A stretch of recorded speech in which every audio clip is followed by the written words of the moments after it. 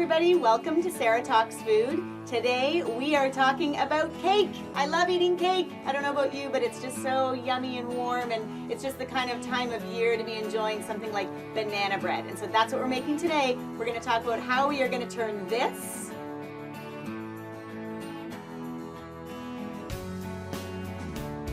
into this. So stick around. So this is one of my very favorite recipes. It's not mine, it's from the Detoxinista. And she posted a while back on one of her blog posts that she was doing a snack cake, and she did it as her son's birthday party cake.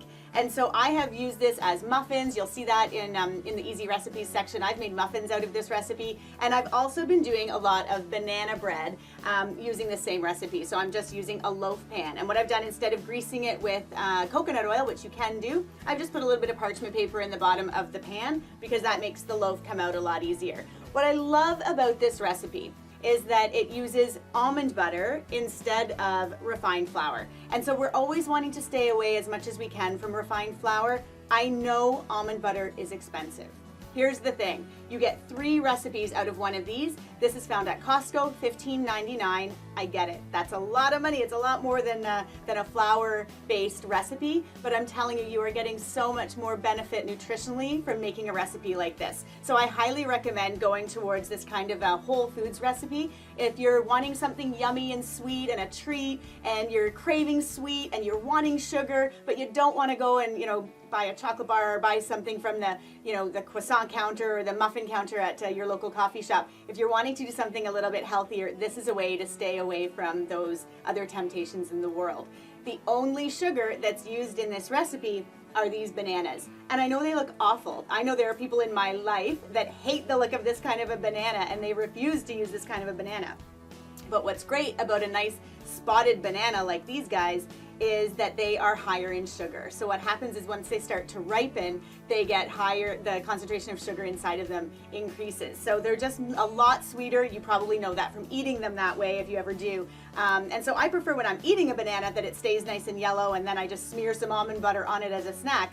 But if I'm baking with them, this is how you want them to look. And that's what's kind of nice about being able to go ahead and use old bananas in this recipe. So let's get started with it. Basically, the ingredients are super simple. We're doing a cup of the almond butter.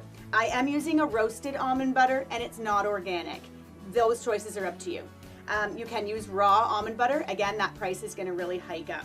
We're using 3 very ripe bananas. These are pretty little. I often use ones that are probably about this much bigger, but this is a fine size. This will work no problem. We've got 3 eggs. I've already cracked them. What I sometimes do is go ahead and whisk them ahead and then add them into the recipe, but you can also just go ahead and dump everything into one bowl, no problem. It still works out perfectly. We're going to use a teaspoon of cinnamon, ground cinnamon. We've got 3/4 of a teaspoon of baking soda. Not baking powder, baking soda. And then we've got 1/4 of a teaspoon of Himalayan salt. So that's it for ingredients. It doesn't get any easier than that. So let's get started putting it all together. So this is kind of a funny thing about me. This is a little eggy guy that I got from my aunt. It feels like 100 years ago. It's probably 20 years ago or 15 or 20 years ago. She gave it to me. Great for doing like egg salad sandwiches. Great for using for hard-boiled eggs. But I love using this thing to mash up bananas. So if you've got one of those, that's another way that you can use it. And it turns it into a really nice mix. It really mixes up the banana nicely. You can also, of course, just use simply a fork. Works just as well. Sorry, I have a cloth over here. So that's what we're going to do with the bananas. Just throw them into the bowl, and then we're going to go ahead and just mash it up. Again, you could be using a fork, but I'm using eggy. And then what we're going to do is we're going to add in our 3 eggs. So again, I sort of like to give them a little whisk ahead of time. I just grab a fork, whisk them up a bit. I just find that it makes it so that it can incorporate into the recipe a little bit better. Maybe it's just a mental thing. I don't know. It's just something that I've always kind of done whenever I'm adding eggs to a baking recipe. We're going to just add that. I'm going to kind of, again, just start to incorporate this, mix it in. So I've got the wet ingredients going. before I add the almond butter, I haven't even followed her Detoxinista's recipes for so long. I don't know the order that she does hers, but this is how I do it. I go ahead and add in my dry ingredients, and I get those incorporated in. Again, I use my eggie the whole time. I know this is, honestly, you're learning that I'm crazy, but this is how I do it. It's okay to have the chunks. No problem. If the banana is not perfectly pureed, it's okay. It's kind of nice actually. And then I'm going to go ahead and add in the almond butter. So it's 1 cup. And like I said, I think that container of almond butter, you get just over 3 cups. So you know what, for $6 or whatever for a loaf, I know that might seem pricey, but I feel like it's the price to pay to have really good ingredients going into my body. I kind of really don't mind when it comes to that. Plus, sometimes it helps me only eat maybe 1 or 1.5 slices in a day. I don't, eat half the cake because it is a little bit higher price, but I don't know. I'm just totally into making sure that I'm feeding my body really good ingredients. So I'm just gonna go ahead and get that all mixed in. You can see it coming together.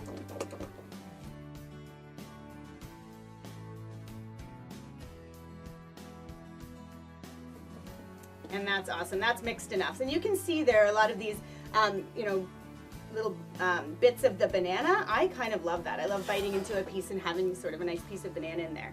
So then you're going to grab your spatula and you're going to go ahead and just pour it right into the loaf pan. Again, she makes this into a snack cake, and I've made it into muffins many times. So you've seen that recipe before. But I just wanted to show you how it's done, because sometimes I feel like, I've mentioned this recipe so many times, and yet I know a lot of my friends and family are like, oh yeah, I've never made that. It doesn't really make sense that it's almond butter. Like, it doesn't really seem right. But I can tell you, it's just such a hit. I haven't had a single person have it yet that has said, oh, it tastes weird. It tastes like almond butter. It really doesn't. It tastes like banana bread, like the best banana bread ever. It's super, super good, and even kids love it. I feed it to my niece and nephew a lot.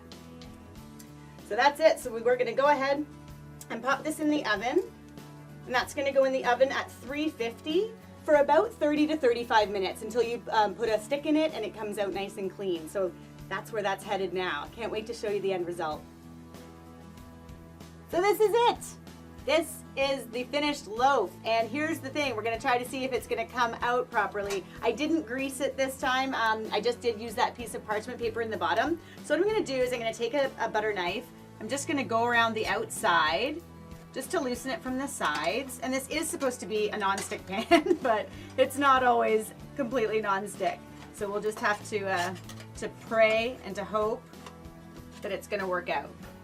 So the recipe from the Detoxinista, again, she uses vanilla. She uses a teaspoon of vanilla in the recipe, vanilla extract. And I sometimes use it and I sometimes don't. So what I'm going to do is I'm going to be posting the link to the recipe the way I make it and into this, banana bread loaf style, as opposed to the snack cake or as opposed to the muffins that I've done before. I just think having banana bread and having this as an option for when you are craving something is just such an awesome benefit. Just being able to say, you know what, I'm going to whip up a loaf of banana bread and kind of go from there. And then you've got something warm and yummy, especially in these winter months.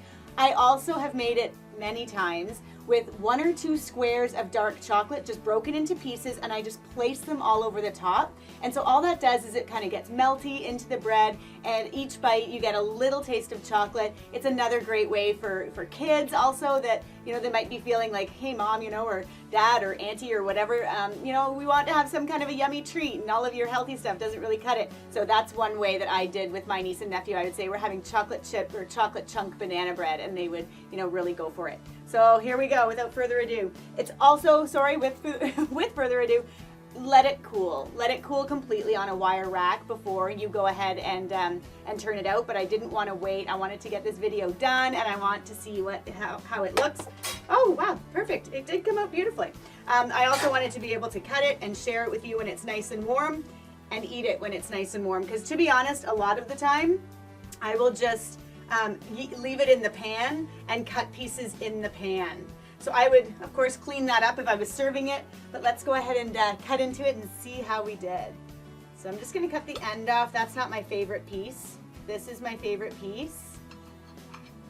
And you can kind of see the bits and pieces of the banana that we've left intact, and I like that. I don't need it to be perfectly pureed. If you did want it perfectly pureed, you could always put it in the blender, but I wouldn't bother. So let's taste it. Let's find out how we did. It's so good. It's so moist. It's so surprisingly delicious. You can't believe that there isn't flour in this. You can't believe this is made with almond butter and no additional sugar. Just bananas. So I think this is just an amazing recipe. I hope you try it. I want you to love your life one bite at a time.